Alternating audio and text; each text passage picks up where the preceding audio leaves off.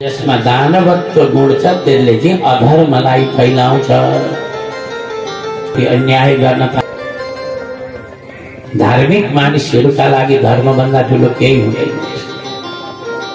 जब धर्मको रक्षा गर्नुपर्ने अवस्था आउँछ त्यतिखेर मानिसहरूले आफ्नो प्राणको परवाह गर्दैन।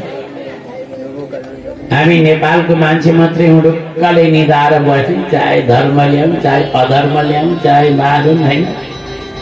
टाउका बन्चरो आएपछि त्यो बाख्रो पर्छ जसो गर्ने मात्रै हामी, त्यस्तो है।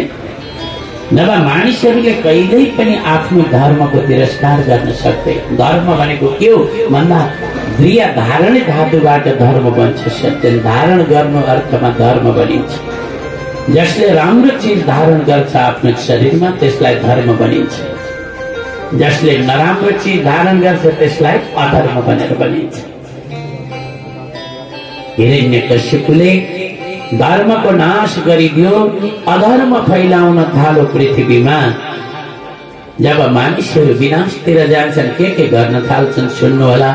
यदा देवेषु वेदेषु गोषु विप्रेषु साधुषु धर्मे मयि च विद्वेष सभासु विनश्यते। जब देवताहरूको निन्दा गर्दछ, अनादर गर्दछ, वेदको निन्दा गर्दछ, संस्कृत ग्रन्थहरूको निन्दा गर्दछ, जो दर्शनहरू छन् तिनको निन्दा गर्दछ, गाईको हत्या गर्दछ, ब्राह्मणहरूसँग द्वेष गर्दछ, साधु सन्तसँग द्वेष गर्दछ अनि धर्मलाई नाश गर्दछ भने सभा आशु विनश्यति, त्यो धेरै दिन रहँदैन, चाँडै विनाश हुन्छ भनेर बताइएको छ। त्यसकारणले हामीले झुकिएर पनि कर्म गर्नु हुँदैन। कहिले धर्म नाश भएको ठाउँमा हामी सहभागी हुनु हुँदैन। कसैले धर्म नाश गर्यो हामी त्यसमा साथ दियौँ भने हामी पनि पापी भयौँ, त्यो अपराध हामीलाई पनि लाग्छ। जसले देवताको निन्दा गर्छ त्यहाँ साथ दिनु हुँदैन, त्यसको सहभागी हामी पनि बन्दछौँ। जसले वेदको निन्दा गर्छ, जसले गाईको हत्या गर्छ, जसले ब्राह्मणहरू, तपस्वीहरू, साधु सन्तहरूको हत्या हिंसा गर्छन् भने सभासु विनश्यति।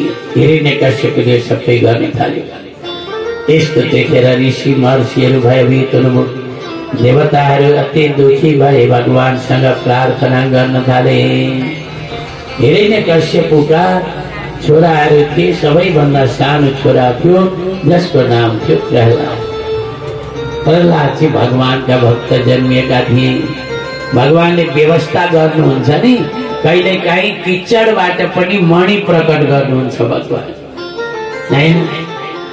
प्रहलाद जी जन्मिँदै भगवानको नाम जप्दै जन्मेका थिए। जो भगवान विष्णुसँग द्वेष गर्दछ त्यस्तो दानव हिरण्यकश्यप नारदजीले युधिष्ठिरलाई भन्नुभयो, महाराज यसको कारण छ। कुनै समयमा जब हिरण्यकश्यप तपस्या गर्न भनेर जंगलमा गयो, जंगलमा जाँदा एउटा रुखका फेदमा बसेर तपस्या कि क्या हो तपस्या गर्न,